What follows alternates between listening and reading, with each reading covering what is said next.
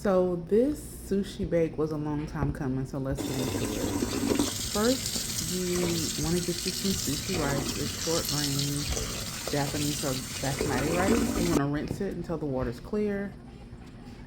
That is in a pot boiling with 1-to-1 ratio of rice to water.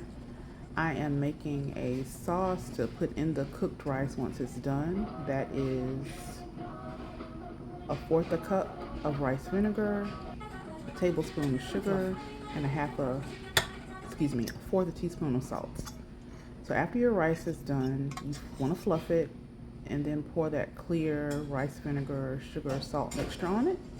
So it has that umami taste. And also you want to hit it with a little bit of pure sesame seed oil.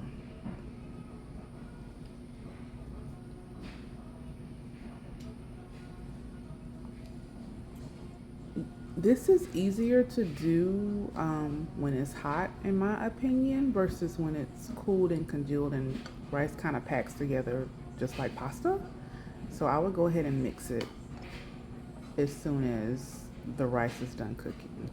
Then I refrigerated mine while I started to prepare the actual toppings for the sushi bake.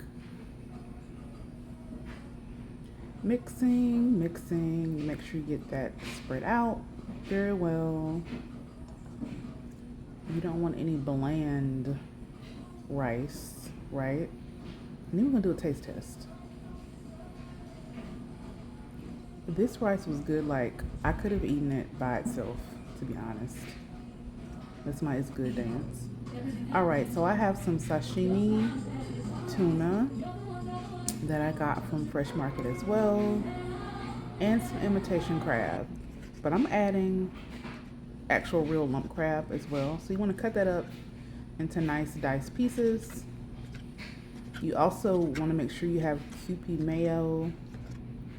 You want to have furikake. If you can't find furikake, get black and regular sesame seeds. You want to have some soy sauce, and you're going to use that sesame oil again. So here I'm getting ready to cut up the crab.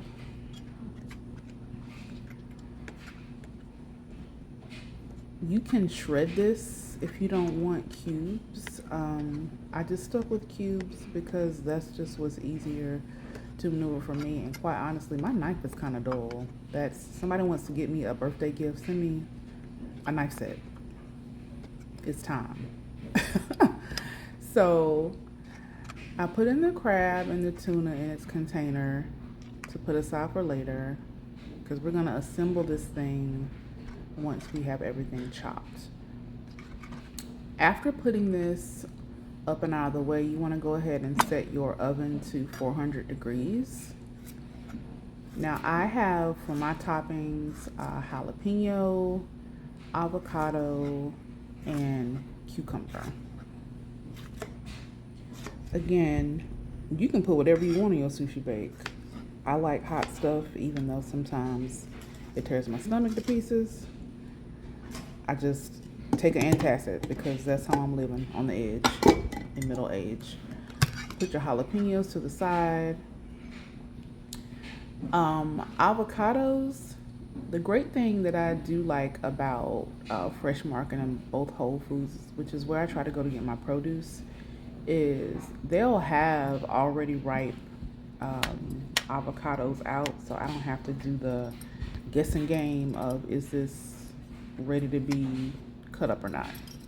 So I peel my cucumbers. It's your prerogative if you want to keep the skin on it, because that is where the nutrients are for people that feel like that's what they're after. And I also have a bunch of green onions. I put green onions on like everything, my grits, my eggs. So I do end up slicing a few and then keeping the rest that I'll use on random things later, because I just love scallions. You want to dice your cucumber, I would say smaller than your tuna and crab chunks, just so you can get that nice crunch in every bite. I cut off the white part of the scallion. Now, even though I didn't use that to top the sushi bake, I will use them for something later. We don't do waste over here. So now that everything is chopped up, you want to put it in one large mixing bowl. My cheat code for this was cream cheese that was already whipped. So if you don't have whipped cream cheese, you're going to get a regular block and let that soften to room temperature so it's easy to mix and you're not fighting. Then you put in your cucumbers. I put in a few green onions as well. Some soy sauce. Be real generous with the QP mayo. Real generous, right? Who wants dry sushi? Like nobody, that's gross. Then you're gonna mix it all up. Make sure you fold it so you're not destroying the texture and consistency of your seafood. Here's my can of jumbo lump crab meat. Told y'all it was coming. You don't have to use that if you don't want to, because groceries are high. And I hit that with just another dash of sesame oil. A little bit of sesame oil goes a very long way. So you don't want it to overpower the other flavors you have going on. So just, just a little pinch. Then take your casserole dish that should already be sprayed with some type of non-stick spray. And you're gonna dump out your rice that's cooled. You don't want it to be too cold. So I only kept it in the fridge as long as it took for me to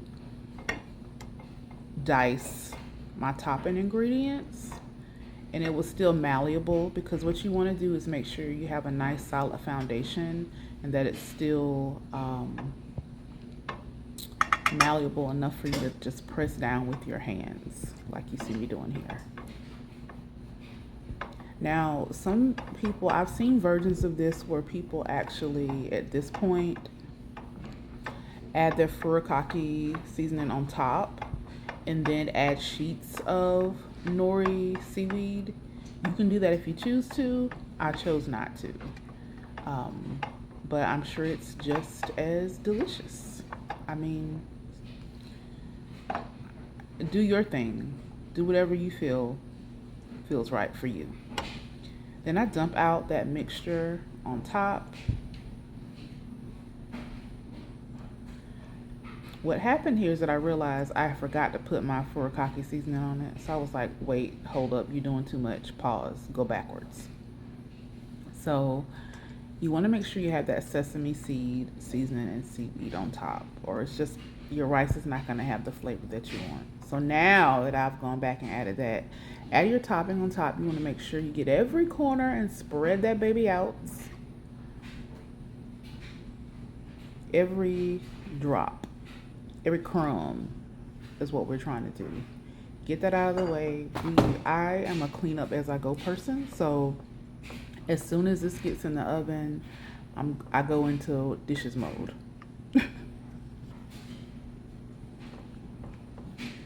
So now that that's spread out nice and pretty, we are going to put, guess what? You guessed it, more furikake on top.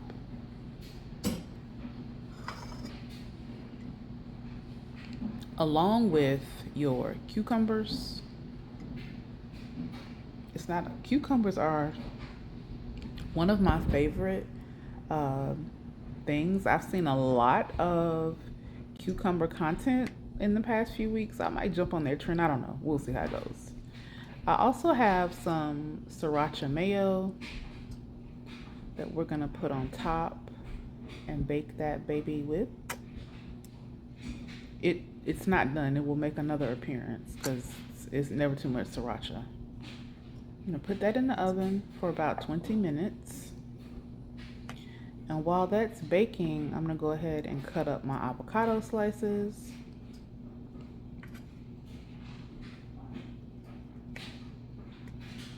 If y'all have tricks about de-seeding and cutting up avocado, please share, because I always feel like I'm fighting for my life when it comes to getting that on the board.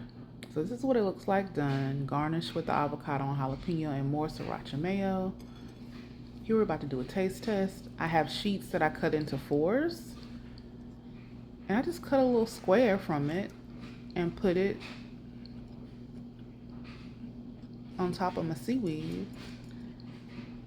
And I give it a A++. You see how focused I am? That's good. I could do it again and again. And I think next time I make it, I'll switch it up and maybe try some salmon as well. I'm a salmon girly. But make it yours. Whatever you like in your sushi, I think will complement this dish. So, bon appetit. Catch you next time. Remember to hydrate after putting in all that work. And follow me for more recipes and content.